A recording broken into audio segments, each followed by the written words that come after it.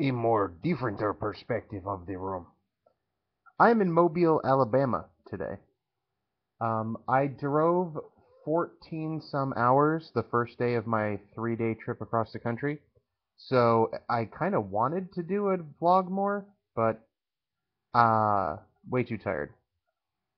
So today, also very tired, but it was a much shorter day, much being the tune of about 4 hours shorter, and got to Mobile. What was I going to say about Mobile? I had a little song that was going through my head, but I've completely lost it now. I was singing it when I was going around the corner, taking my stuff up to my hotel room, and now I don't know. Hmm. It was a parody song. I know it was based on something. Anyway, I'm a big stupid head. I'm a big stupid poopy head. I got to the hotel here in Alabama, and the lady is looking up my reservation, and she's like, "When did you make your reservation?" I said I did it the other day, and so she's looking. She's like, "Oh, there it is. It's further up the list because you made it the other day." But when she said that, I looked at my confirmation page, and I'm like, "Oh crap, no, I didn't." And it showed that I had reserved it for yesterday's date. I had booked both of my hotel rooms on the same day, which I normally do not do when I'm doing these back and forth trips of multiple days. I usually book each room the day I'm going to go there. So, for example, I would have woken up in Arizona, put everything in my truck, booked my room in San Antonio, then drove to San Antonio. Then the next morning, I would have woken up, booked my room in Mobile, and then driven to Mobile. But I decided to get them both out of the way at once, and so they both ended up being booked for the same day. Which is one, stupid, and two, why would their system let me book a room in San Antonio under my name and another room in Mobile, Alabama under my name on the same day? And it's not even like, well, their system shouldn't have to track by the names. It's not that complex. Well, I'm a member of their rewards club. So my rewards club card showed me booking two rooms the same day, 1,000 well, not really 1,000 miles apart, 700 miles apart. That should not be, that should trigger a flag or something. Look, he's booking rooms on the same day. Not that they cared. What happened, the girl at the counter was very nice. She said, "You already were charged for a no-show. Wonderful hotel thing is that if you, they can charge you for the promise of a room without actually delivering anything on it. Um, so she said, I'll just book you this room tonight, and then we'll comp it for you. And then she spent a little bit of time typing, writing a note to her boss, telling her why I was comping, telling her why I, telling her boss why she was comping me a room. Um, and it's because I'd already paid for a room yesterday. They can't go back and charge me now. The desk clerk said that it was free. Ha! I mean, as well it should be. Earlier today, I stopped at a Dairy Queen. I like to stop at a Dairy Queen when I'm on the road. I have certain little things. One, I have to get some beef jerky, but two, I'm not paying more than $2 for a strip of beef jerky. They have, I think it's Jack Link's. I'd never buy jerky in a bag. I don't like bagged jerky. I've purchased it that way before and I didn't like it. What they do is they sell these strips. I'm not talking about like the meat tubes that you get, like Slim Jims. There's another brand called Matador that I've seen in Texas and Louisiana. And the meat is in a big, long, it's like a tube of meat, a cylinder of meat. Meat does not come in cylinders. That's not how meat works. Jack Link's, on the other hand, has strips of beef jerky, and they come in these little packages, and I usually get them at like a Walgreens or CVS or something, and they're 99 cents. When you go to the grocery store, not the grocery store, when you go to the gas stations on the road, they're charging you like two or three, not even $2, 2.79, $3, somewhere in there. And that, I'm not paying that much of a markup on a piece of meat. Fortunately, one of my stops, there was an Albertsons, which is a grocery store we have in Arizona. They also have them in Texas and in Louisiana. And I bought a couple. pieces of the Jack Link's beef jerky strips, whatever they are. They're delicious. So I like beef jerky on the road. It's very salty. If you get the original flavor, it's very, very salty. I like the peppered one, but they were completely out. There were actually empty boxes from the peppered strips on the shelf. So they had them and they sold out of them. But the peppered one has a bit of spiciness to it. Um, yeah, the teriyaki is worthless as far as I'm concerned because it's not super, super salty like original, and it's not spicy, peppery like peppered. And pepper is black pepper. It's not like, chipotle peppers or anything. Um, it's just there, and it doesn't do anything for me. I actually bought a teriyaki one because they were out of peppered. I got one original, one teriyaki. The original, I bite off just little nips of it. I just take a little nibble at a time, and it keeps you going for a while. There's a little bit of you got to chew it. It's very salty, and there's a lot of stuff going on in the mouth at that time. Keeps you occupied. The teriyaki one, I almost ate the entire strip all at once because there was nothing. I wasn't getting anything out of it. That's a long story. The other thing I really like to do when I'm driving is I like to, when I'm nearing my destination, I can't say when I'm nearing my destination. At some point during the day, and I like it to still be light outside, I like to get a blizzard. I like blizzards. They're delicious. They're tasty. And I really like to try the blizzard of the month when it's a flavor that's not normal. Sometimes the blizzard of the month is just one of their normal blizzards. Oh, hooray, it's the blizzard of the month. I like the blizzard of the month when it's not one of their normal flavors. Like May, was it May? I believe it was May. The flavor of the month was birthday cake or something like that. And they actually put a scoop of like cake icing into the blizzard. It was way too sweet. It was way too much. I didn't particularly like it, but I'm happy that I tried it. It was something to do. This month was the caramel turtle brownie blizzard. It's got pecans, brownie bits, and some caramel swirled in with it. Maybe some chocolate chips in there. But the chocolate chips, if there were any in mine, they got completely pulverized because they're little black flecks all through the ice cream. It was actually pretty good. One of the problems that I get with a lot of blizzard flavors is they're just too sweet. Dairy Queen's ice cream is very good, and then when you add like a bunch of syrup or something else in there, it just way too much sugar, way too fast, and it doesn't taste very good. Um, I do like, stuff in my ice cream. We were mentioning that the other day at home is that my family likes toppings. You give us pizza, we want toppings on it. We like the everything pizza. You give us ice cream, we want toppings on it. We went to or mixed into it.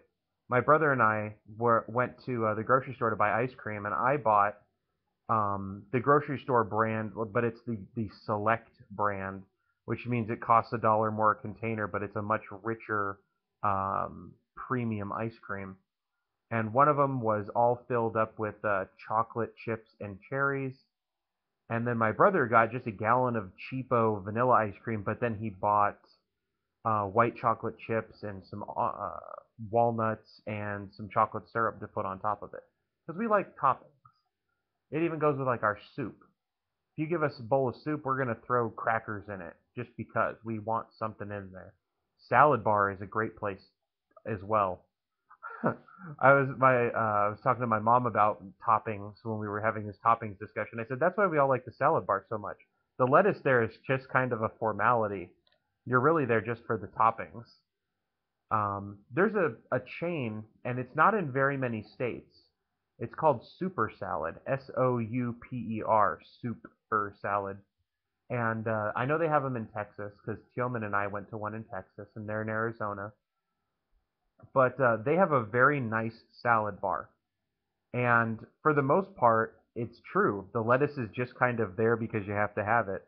For the most part, all I'm looking for is I want kidney beans, broccoli, cheese, hard-boiled eggs, grated carrots, garbanzo beans, also known as chickpeas by weird people who speak English, um, cucumber, Ham, diced ham.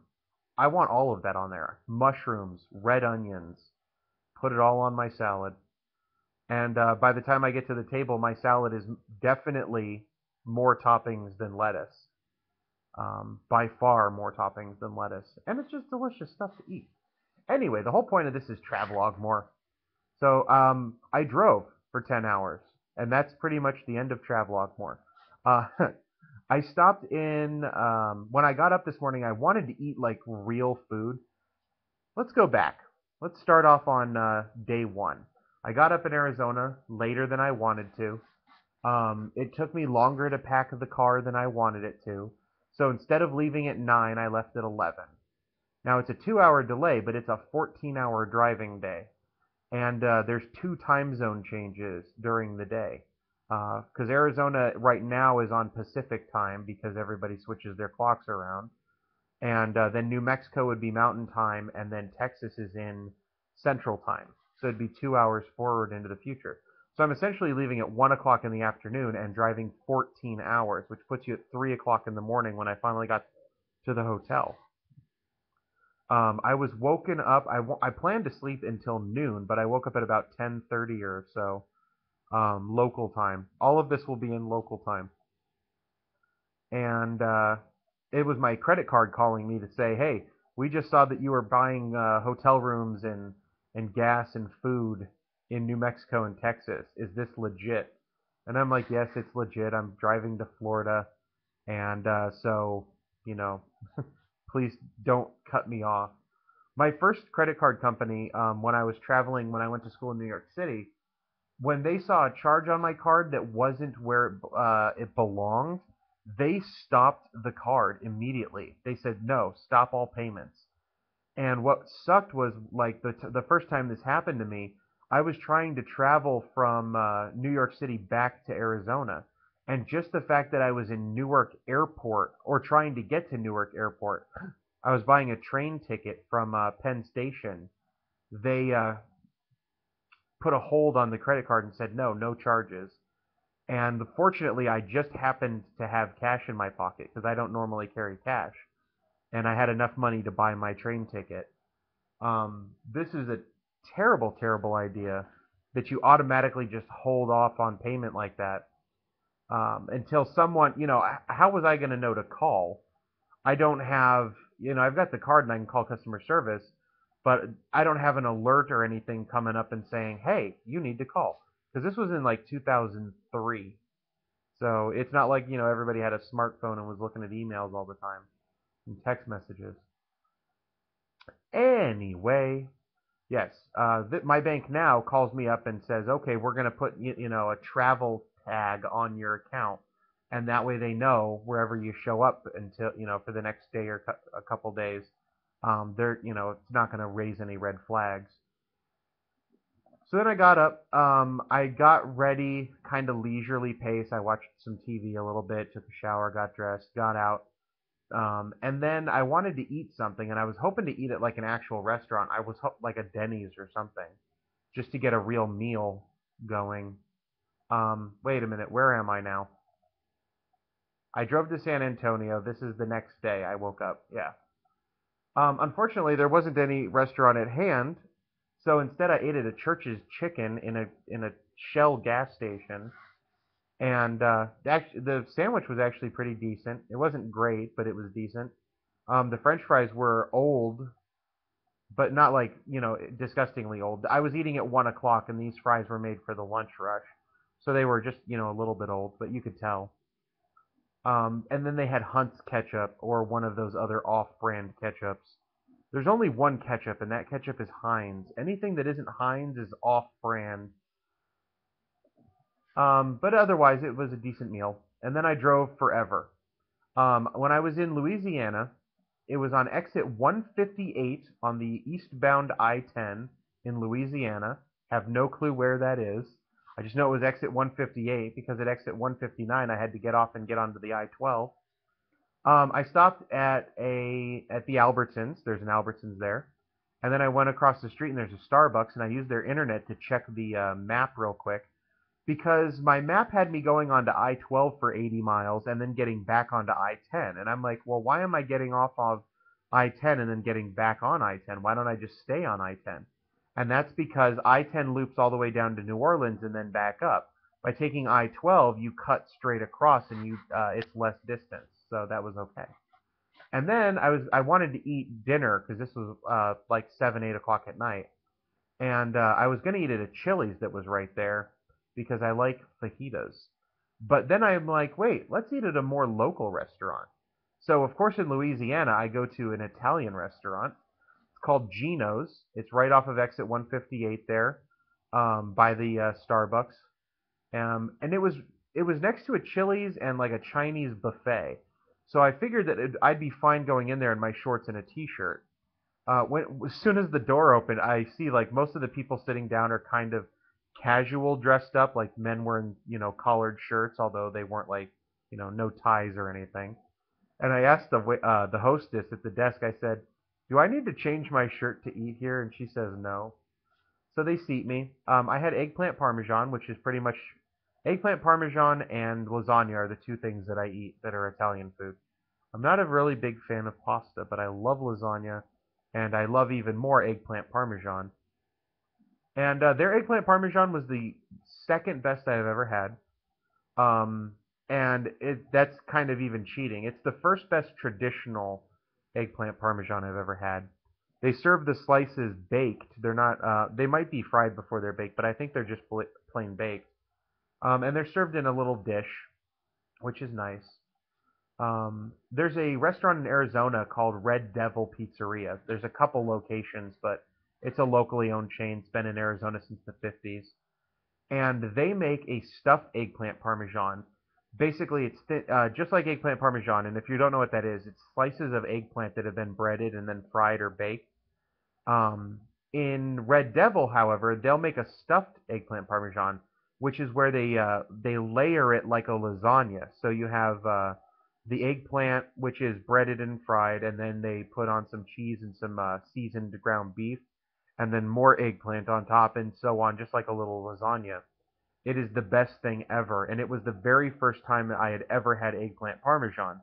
So as far as I'm concerned, that is the way eggplant parmesan is supposed to be served, and everybody else is serving it wrong. Yep, yep, yep. Oh, I noticed that the camera keeps moving further down. But it's a good restaurant. I enjoyed it. And then I drove the rest of the way here, and now I'm here. I set my alarm clock for tomorrow. I am not going to get up in time for the breakfast service here. I could, and if I wake up early enough, I will just go to the breakfast service. Breakfast service ends at 9, but I've set my alarm clock for 9, so I'll wake up once it ends. But there's a Denny's right across from my room, and apparently if you show them your room key from the hotel, you get 15% off. And I wanted Denny's yesterday anyway, so that'll work out for me. And then I'll be in Florida tomorrow. I'll be driving through Florida almost the entire time tomorrow. It's another about 700 miles, and I think 650 of them are Florida. And get settled in my room. I have Saturday to unpack, sleep in, and unpack. Sunday to actually go drive by the school and find out where I need to go. And then Monday I start my new job. It's a full-time job. It's going to suck for me. And we'll see what kind of time I have for videos and stuff once I get started there. All right. I might make another video on Saturday. Well, Friday night or Saturday, I'm not sure. Depending on, how everything gets set up and if I can immediately connect to the internet and all kinds of fun stuff. So, until then, bye-bye.